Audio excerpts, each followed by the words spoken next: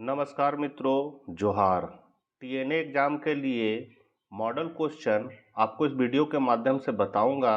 Channel पर पहली बार है तो जरूर सब्सक्राइब कर ले, क्योंकि विभाग से जुड़ी हुई महत्वपूर्ण जानकारी इस चैनल के माध्यम से आप लोगों को समय समय पर देता रहता हूं। सबसे पहले हम लोग विषय को जानेंगे, कौन कौन विषय का हम लोग का एग्जाम होने वाला है।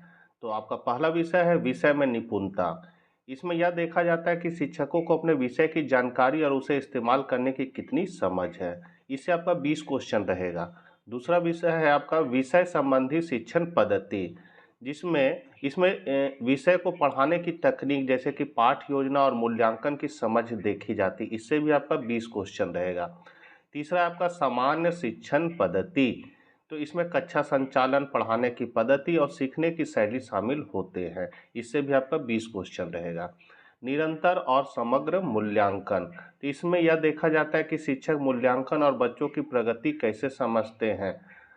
उसके बाद है, इससे भी आपका 20 क्वेश्चन रहेगा। और ये है आपका शिक्षक दृष्टिकोण और व्यावसायिक क्षमताएं, तो इसमें प्रोफेशनल स्किल्स जैसे कि समस्या सुलझाना, नैतिकता और शिक्षा व्यवस्था इस समझ को परखा जाता है, इससे भी आपका 20 क्वेश्चन रहेगा। मतलब टोटल आपका 100 क्वेश्चन रहेगा 200 नंबर का। अब हम लोग क्वेश्चन पे चलते हैं, जो मॉडल क्वेश्चन है इसका। तो पहला क्वेश्चन है, निम्नलिखित में अभिवृत्तात्मक उद्देश्य है। तो इसका जो करेक्ट आंसर है वो आप लोग देख सकते हैं। इसका करेक्ट आंसर जो है वो ए हो जाएगा, स्वानुभूत विचारों व भावों को अभिव्यक्त करना। इसका यहाँ व्याख्या भी दिया हुआ है।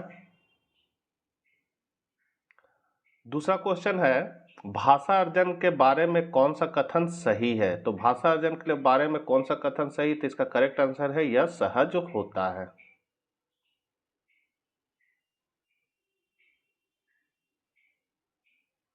आगे हम लोग बढ़ते हैं, सृजनशीलता की पहचान हेतु किसने सृजनात्मक चिंतन परीक्षण का निर्माण किया। तो ये निर्माण जो किया है वो टोरेंस ने किया है, तो इसका बी हो जाएगा, टोरेंस। भाषा सीखने का सही क्रम है। तो भाषा सीखने का जो सही क्रम है वह है सुनना, बोलना, पढ़ना और लिखना, तो आपका बी ऑप्शन करेक्ट हो जाएगा।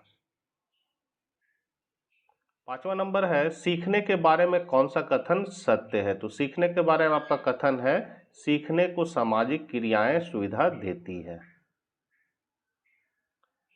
छठा नंबर है, कौन सी एक महत्वपूर्ण गतिविधि बच्चों को सीखने के लिए सक्षम बनाती है। तो ये बनाती है संवाद। निम्न में कौन से सीखने के लिए सही उत्तर है। तो सीखना का सही उत्तर जो होगा वो हो जाएगा तथ्य, सूचना, ज्ञान प्राप्त करना, बोध और प्रज्ञान, तो आपका सी ऑप्शन इसका करेक्ट है। आठवां नंबर है, भाषा सीखने का स्वाभाविक और मनोवैज्ञानिक क्रम है। तो इसका मनोवैज्ञानिक क्रम है सुनना, बोलना, पढ़ना और लिखना, तो यहाँ सी हो जाएगा। भाषा शिक्षण के सिद्धांत हैं। तो इसके सिद्धांत है आपका प्रेरणा का सिद्धांत, क्रिया द्वारा सीखने का सिद्धांत, जीवन से जुड़ने का सिद्धांत, ये तीनों है, उपर्युक्त डी हो जाएगा। अगला क्वेश्चन है, समाजीकरण की प्रक्रिया में शामिल नहीं है। तो क्या शामिल नहीं है, तो अनुवांशिक संचरण नहीं शामिल है, आपका तो बी हो जाएगा। अगला है, उच्च माध्यमिक स्तर पर भाषा शिक्षण का एक महत्वपूर्ण उद्देश्य है। तो इसका मुख्य उद्देश्य है भाषा की नियमबद्ध प्रकृति को पहचानना। आगे बढ़ते हैं हम लोग, जब छात्र शिक्षक की भाषा का अनुकरण करे तो उसे कहते हैं, तो उसको हम लोग कहते हैं अनुकरण का सिद्धांत। पढ़ना सीखने के लिए आवश्यक है कि लक्ष्य भाषा की अर्थपूर्ण और रोचक सामग्री सुनने पढ़ने को मिले।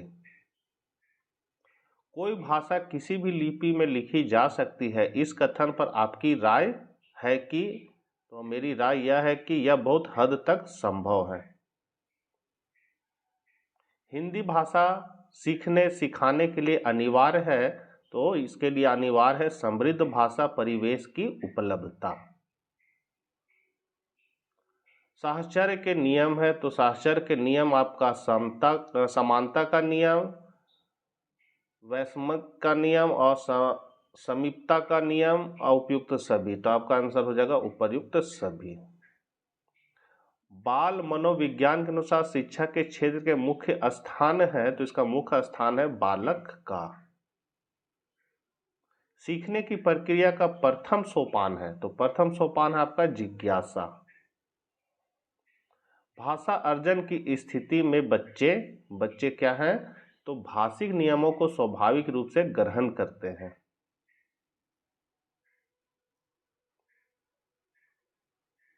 उच्च प्राथमिक स्तर पर बच्चों की हिंदी भाषा की क्षमता के आकलन में प्रकार्यपरक पक्ष पर बल देने का आशय है, तो इसका आशय है भाषा प्रयोगों पर बल देना। भाषा और चिंतन में संबंध होता है, यह कथन पूर्णतः सही है। जब एक क्षेत्र का अधिगम दूसरे क्षेत्र के अधिगम में सहायता करता है तो उसे कहते हैं, तो उसको हम लोग कहते हैं अधिगम का धनात्मक अंतरण।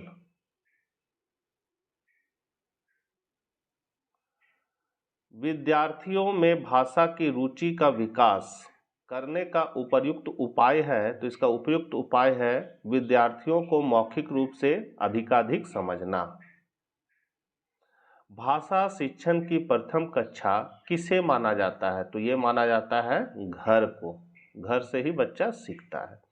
भाषा अर्जन और भाषा अधिगम में क्या अंतर होता है, तो इसका अंतर होता है आपका सहज एवं स्वाभाविक रूप से परिवेश के माध्यम से भाषा अर्जन की जाती, जबकि भाषा अधिगम प्रयासपूर्ण होता है। बी है भाषा अर्जन में अर्थ भी समाज में स्वतः ही प्राप्त होते हैं, जबकि भाषा अधिगम में कई बार सीखने पड़ते हैं।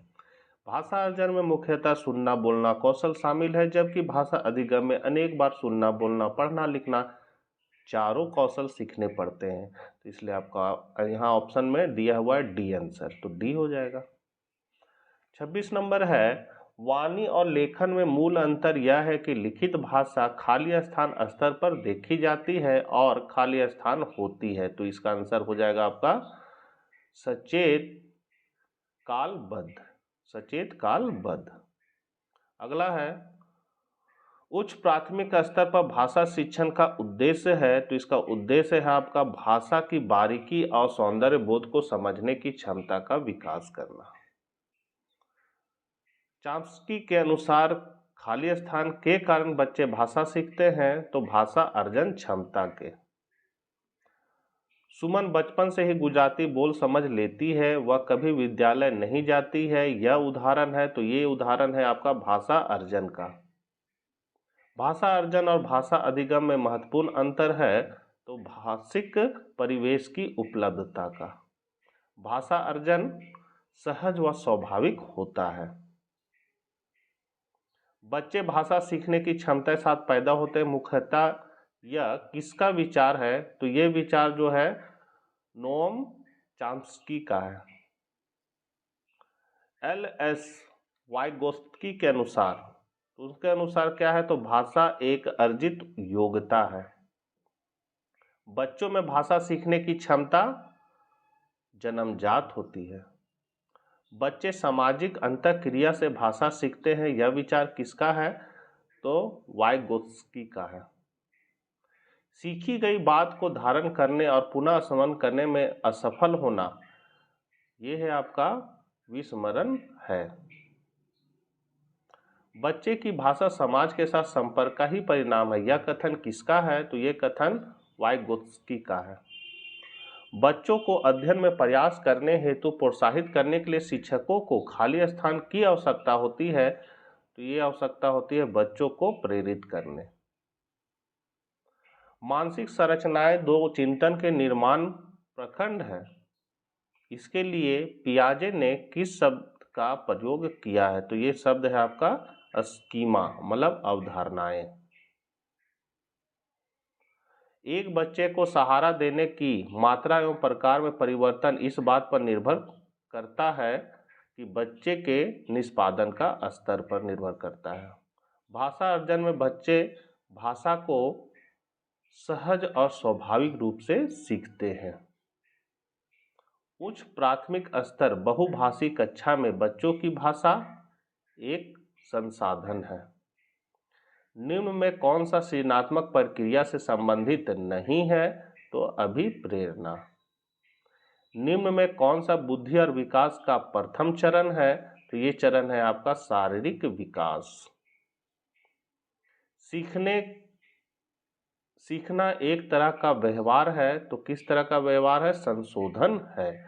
तो यहाँ 45 क्वेश्चन जो है वो आपका इंपॉर्टेंट क्वेश्चन है टीएनए एग्जाम के लिए। तो मिलते हैं नेक्स्ट वीडियो के साथ। आशा करते हैं वीडियो आपके लिए उपयोगी साबित होगा। जय हिंद, जय।